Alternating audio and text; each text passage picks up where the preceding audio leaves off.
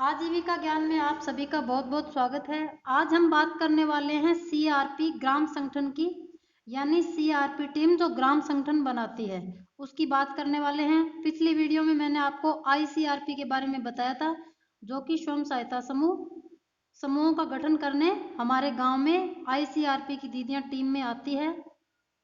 उसका वीडियो बनाकर आपको बताया था। अब हम बात करेंगे सीआरपी की बात करेंगे इस वीडियो में। जो गांव में सभी समूह बने होते हैं तथा वो 6-7 महीने पुराने हो जाते हैं, बने हुए अच्छे से चल रहे हैं, तो उसके बाद ग्राम संगठन बनता है। सभी समूह की देखरेख के लिए वो कौन बनाएगी, यानी ग्राम संगठन बनाने जो दीदियां आती है वो सीआरपी टीम होती है। एनआरएलएम के अंतर्गत ब्लॉक से उन्हें भेजा जाता है। ये जो सीआरपी की टीम होती है उनको राष्ट्रीय रूरल लिवलीहुड मिशन यानी राष्ट्रीय ग्रामीण आजीविका मिशन के अंतर्गत जो समूह बनाए जाते हैं उनको ब्लॉक में बांटा जाता है, तो ब्लॉक से उन्हें भेजा जाता है। उनकी डिटेल आज हम जानने वाले हैं कि कौन दीदी बन सकती है सीआरपी, उनकी योग्यता क्या होती है, उनको कितना मानदेय मिलता है। इन सभी के बारे में आज हम इस वीडियो के माध्यम से जानने वाले हैं। तो वीडियो को लाइक एवं चैनल को सब्सक्राइब जरूर कर लें। सबसे पहले तो ये जरूरी है कि सीआरपी बनने के लिए आपको आपके गांव में एनआरएलएम के अंतर्गत जो भारत सरकार द्वारा स्वयं सहायता समूह बनाए जाते हैं उसमें जुड़ा होना जरूरी है। सीआरपी बनने के लिए सबसे पहले क्या जरूरी है, जो भारत सरकार द्वारा राष्ट्रीय ग्रामीण आजीविका मिशन के अंतर्गत जो स्वयं सहायता समूह यानी सेल्फ हेल्प ग्रुप जिनको बोलते हैं, छोटे रूप में एसएचजी भी बोलते हैं, उसमें जुड़ा होना आपका आवश्यक है। जो हमारे स्वयं सहायता समूह बनते हैं उनके अंतर्गत बहुत सारी और नौकरियां भी आती है। जैसे जैसे आपका समूह बड़ा होता जाता है, आपको काफ़ी टाइम हो जाता है एसएचजी से जुड़े हुए, तो बहुत सारी नौकरियां आती है। जैसे समूह सखी, बैंक सखी, पोषण सखी, कृषि सखी, पशु सखी, पत्रकार सखी, शिक्षा सखी, मनरेगा मेट, शौचालय केयर टेकर, रोजगार सखी, आजीविका सखी, बीके, एमबीके। बीके का मतलब होता है बुक कीपर। जो स्वयं सहायता समूह में जो सचिव होती है उसको बीके बोलते हैं। एमबीके जो ग्राम संगठन के रजिस्टर लिखती है वो एमबीके होती है, मास्टर बुक कीपर। आईसीआरपी जो समूहों का गठन करती है। सीआरपी जिसकी आज हम बात करने वाले हैं। BRP, RP RP, IRP. उसके बाद ब्लॉक लेवल पे जो पदाधिकारी होते हैं उनकी भी नौकरियों के लिए आप एक टाइम के बाद एलिजिबल हो जाते हैं। इन सभी की समय समय पर डे एनआरएलएम के अंतर्गत ब्लॉक द्वारा ट्रेनिंग भी कराई जाती है, आपको सब कुछ अच्छे से समझाने के लिए। और इस तरह से ये बहुत सारी नौकरियां एसएचजी के अंतर्गत ही निकलती है। इसलिए आपको स्वयं सहायता समूह बनाकर उसमें जुड़ जाना चाहिए, यानी कि स्वयं सहायता समूह आपके लिए बहुत ही उपयोगी है, बहुत ही अच्छा है। ग्रामीण महिलाओं के लिए खासकर ये बहुत ही अच्छा एक भारत सरकार का मिशन है। तो ये सभी क्या होती है, ये नौकरियां आप समूह से जुड़कर कैसे प्राप्त करें, इसकी अलग अलग वीडियो बनाकर डली हुई है चैनल पर, जानकारी के लिए जाकर देख लीजिए। मैं डिस्क्रिप्शन में भी लिंक दे दूंगी। वैसे तो ये सभी नौकरियों के फॉर्म ऑफलाइन ही भरे जाते हैं, ऑनलाइन नहीं भरे जाते हैं। ब्लॉक द्वारा जो भी पदाधिकारी जिस डिपार्टमेंट के होते हैं वो फॉर्म भरवाते हैं ग्राम संगठन के तहत, फिर वो ही लिखित परीक्षा लेते हैं, फिर इंटरव्यू होता है। अगर आप योग्यता परीक्षा एवं साक्षात्कार एवं जो भी उस पद के लिए योग्यता होती है वो पूरी कर लेती है, और वो पूरी होने के बाद आप पास हो जाते हैं एवं आपको ट्रेनिंग पर भेज दिया जाता है। 15-15 दिन की ट्रेनिंग होती है। जो पहले से ही ट्रेनिंग कर चुकी होती है उनको 7 दिन की भी ट्रेनिंग करवाई जाती है, क्योंकि वो पहले से बेसिक चीज़ें जान चुकी होती है। बाकी तो 15 दिन की इनकी ट्रेनिंग होती है। उसके बाद ज्वाइनिंग मिलती है। उसके बाद ब्लॉक द्वारा सीएलएफ के अंतर्गत वेतन मिलता है। इनको जो वेतन मिलता है वो कैसे मिलता है, जैसे स्वयं सहायता समूह से आप जुड़ी हुई हैं तो समूह को ग्राम संगठन देता है और ग्राम संगठन को आपका जो CLF होता है वो CLF देता है और CLF को ब्लॉक देता है, ब्लॉक को SRLM देता है यानी स्टेट रूरल लिवलीहुड मिशन, वहाँ से आता है। और फिर स्टेट को कौन देता है, सेंटर देता है, जिसको हम NRLM बोलते हैं, national rural livelihood mission, Hindi में कहते हैं राष्ट्रीय ग्रामीण आजीविका मिशन। इन सभी के वीडियो डिटेल में, इनकी फुल फॉर्म NRLM क्या होता है, NRLM NRLM क्या होता है, इन सब के वीडियो भी चैनल पे डले हुए हैं। अगर आपको जानकारी नहीं है तो आप जाकर देख सकते हैं। इस तरह से आपको स्वयं सहायता समूह के अंतर्गत नौकरी मिलती है। कम से कम आपका 10वीं या 12वीं पास होना तो जरूरी है ही, तभी आपको ये सभी नौकरियां मिल पाएगी। अगर आप इससे ज़्यादा भी पढ़े लिखे हैं तो और अच्छी बात। इसी तरह से स्वयं सहायता समूह से जुड़कर आप बहुत प्रकार के रोजगार भी कर सकते हैं। उनको एंटरप्राइजेस यानी उद्यमिता या व्यापार कहते हैं, छोटे छोटे व्यापार। इनकी वीडियो भी मैं अलग से बना के आपको बता दूंगी, जानकारी पूरी अलग से वीडियो बनाकर दे दूंगी। और वैसे इनकी कुछ वीडियो मेरे चैनल पे पहले से भी डली हुई है, तो अगर आपको इनके बारे में भी जानकारी लेनी है तो आप चैनल पे जा सकते हैं।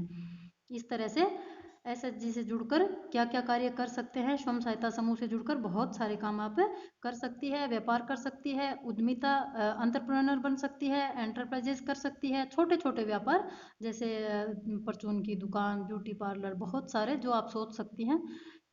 उस तरह से, इस तरह से बहुत सारे रोजगार आप कर सकती हैं। इससे जुड़कर आप रोजगार भी पा सकती हैं और आप नौकरियां भी पा सकती है, दोनों तरह के काम होते हैं। वो आप पे डिपेंड करता है कि आपको क्या करना है, आप किस तरह का काम कर सकती है। आपको एंड्रॉयड मोबाइल अच्छे से चलाना आता हो, सभी नौकरियों को पाने के लिए अलग अलग वीडियो बनाई हुई है, योग्यता, चयन प्रक्रिया आदि सभी बातें बता रखी है। अब मैं आपको CRP के बारे में बता देती हूँ, जो ग्राम संगठन तथा CLF बनाती है। वैसे तो ऊपर बताया ही कि स्वयं सहायता समूह से जुड़ा होना चाहिए।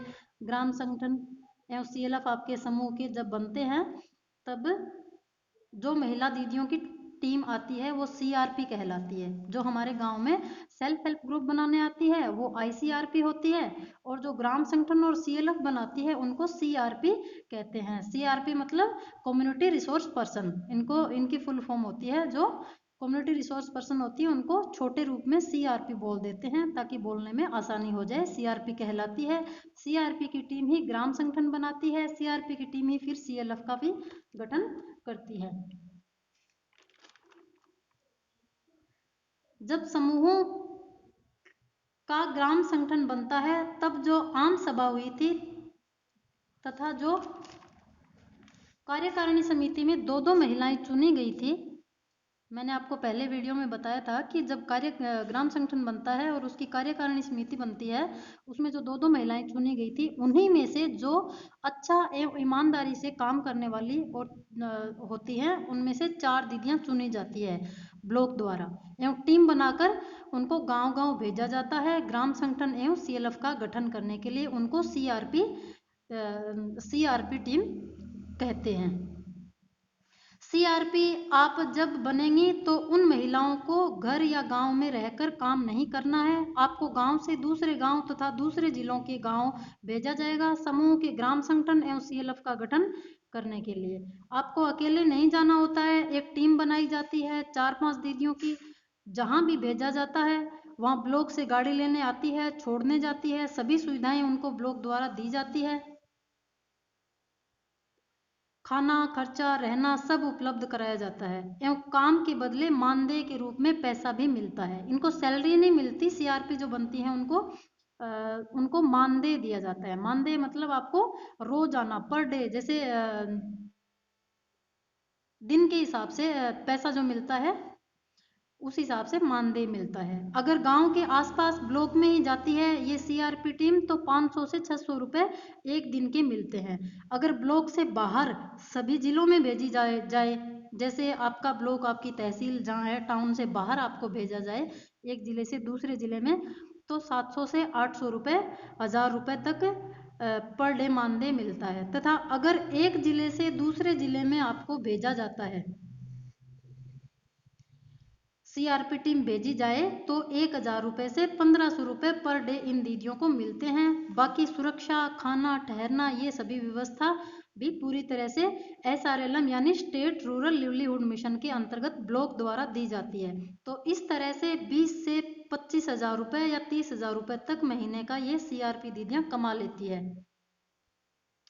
जो इस पद पर कार्य करती है। जो CRP होती है वो 20 से 25,000 यानी 30,000 तक भी महीने का कमा लेती है। वो डिपेंड करता है कि आपको ब्लॉक में ही भेजा जाता है या आप कितने कैपेबल हैं, ब्लॉक से बाहर भी भेजने के लायक हैं कि नहीं, क्योंकि वहाँ पे महिलाओं को समझाना, महिलाओं से टैकल करना, उनको चीज़ें समझाना बताना, ये सारी चीज़ें करनी होती है। इसलिए ब्लॉक से बाहर अगर भेजा जाए आपको तो आपको ज़्यादा पैसे मिलते हैं। अगर आप ब्लॉक के अंदर ही गाँव में जाकर ग्राम संगठन और ये CLF बनाती हैं तो आपको थोड़ा कम पैसा मिलता है। तो आपको मोटा मोटी 20 से 25,000 या 30,000 35,000 तक आप महीने का कमा सकती हैं। योग्यता की बात की जाए तो कम से कम 10वीं 12वीं पास होना तो जरूरी है ही। अगर ज़्यादा पढ़ी लिखी आप हैं तो और भी अच्छी बात और अच्छा काम आप कम्युनिटी के लिए कर सकती हैं। जब CRP टीम ग्राम संगठन बनाने जाती है तो उस गांव के ग्राम पंचायत भवन में या किसी भी सरकारी संस्था जैसे गवर्नमेंट स्कूल, पंचायत भवन, सरकारी औषधालय, आंगनबाड़ी केंद्र या जो भी सरकारी भवन उस गांव में उपलब्ध हो उसी में उनके रहने खाने की व्यवस्था भी की जाती है। क्योंकि 4-5 दिन रुकना भी होता है। आसपास सभी गांवों में समूहों का ग्राम संगठन CLF बनाने होते हैं। जितने भी गांव में समूह होते हैं उनका सभी का वो उनको मिशन दिया जाता है कि इतने ग्राम संगठन बनाने हैं। वहाँ इतने समूह हो चुके हैं 5-6 महीने पुराने, तो वहाँ पे आप ग्राम संगठन बनाना और CLF बनाने का काम आपको करना है। तो वहाँ पे 4-5 दिन आपको रुकना भी पड़ सकता है। इसलिए उनके सरकारी जो भवन होते हैं उस गांव में जो भी उपलब्ध होते हैं उनमें उनकी व्यवस्था रहने की, खाने की और रुकने की जाती है। सरकारी गाड़ी आपको छोड़कर जाएगी उस जगह पर, फिर सरकारी गाड़ी से ही आपको वापस अपने ब्लॉक तक पहुंचाया जाएगा।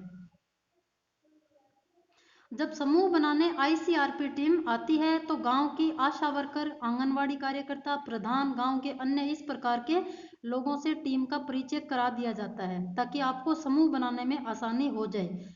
वैसे ही ग्राम संगठन जैसे समूह बनाने ICRP आती है, जब उनका परिचय इन लोगों से करवाया जाता है, वैसे ही ग्राम संगठन एवं CLF बनाने वाली CRP टीम का परिचय समूहों की समूह सखी, जो समूह में जो समूह सखी होती है, एक्टिव वुमेन्स उनको बोलते हैं, AW, उनसे परिचय करवाया जाता है। क्योंकि समूह बनाने के टाइम कोई और महिलाएं आती है और ग्राम संगठन बनने के टाइम दूसरी महिलाओं की टीम आती है, तो उनका परिचय समूह सखी से करवा दिया जाता है उस गांव की जहां ग्राम संगठन या CLF बनता है, ताकि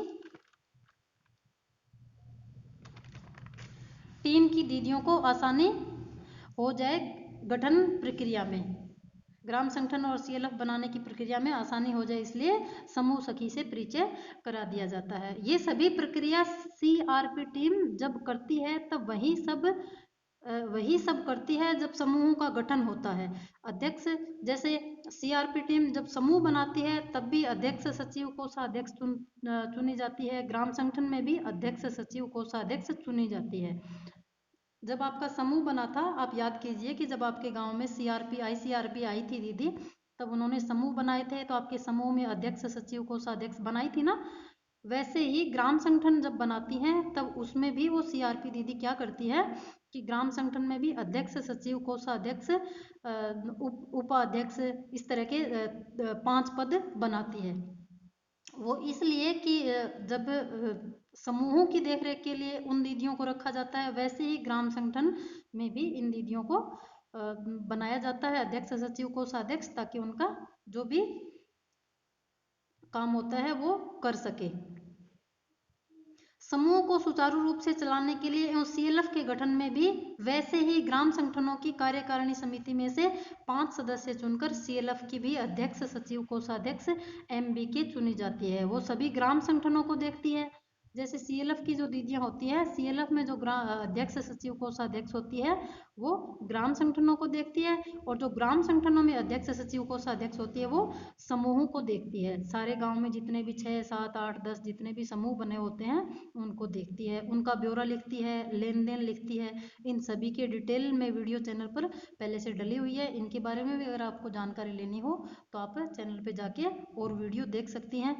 ग्राम संगठन कैसे बनता है, सीएलएफ कैसे बनता है, बीके, एमबीके, इन सब के अलग अलग वीडियो बनाकर मैंने पहले से ही चैनल पे डाल रखे हैं। आप अपने जानकारी बढ़ाने के लिए, या फिर आपको पता नहीं है तो आप जाकर देख सकते हैं। इस तरह से सीआरपी दीदियों का काम होता है। अब आप जान चुके होंगे कि योग्यता, वेतन, कार्य आदि के बारे में जो सीआरपी टीम के द्वारा किए जाते हैं। आप भी ये नौकरी पा सकती हैं, स्वयं सहायता समूह से जुड़कर सीआरपी बन सकती हैं। 20 से 30 हज़ार रुपये तक कमाकर सशक्त बन सकती है, अपने परिवार की आजीविका बढ़ा सकती है। वीडियो को पूरा देखने के लिए बहुत बहुत धन्यवाद आप सभी का। फिर किसी दूसरी जानकारी के साथ मिलते हैं। भारत माता की जय।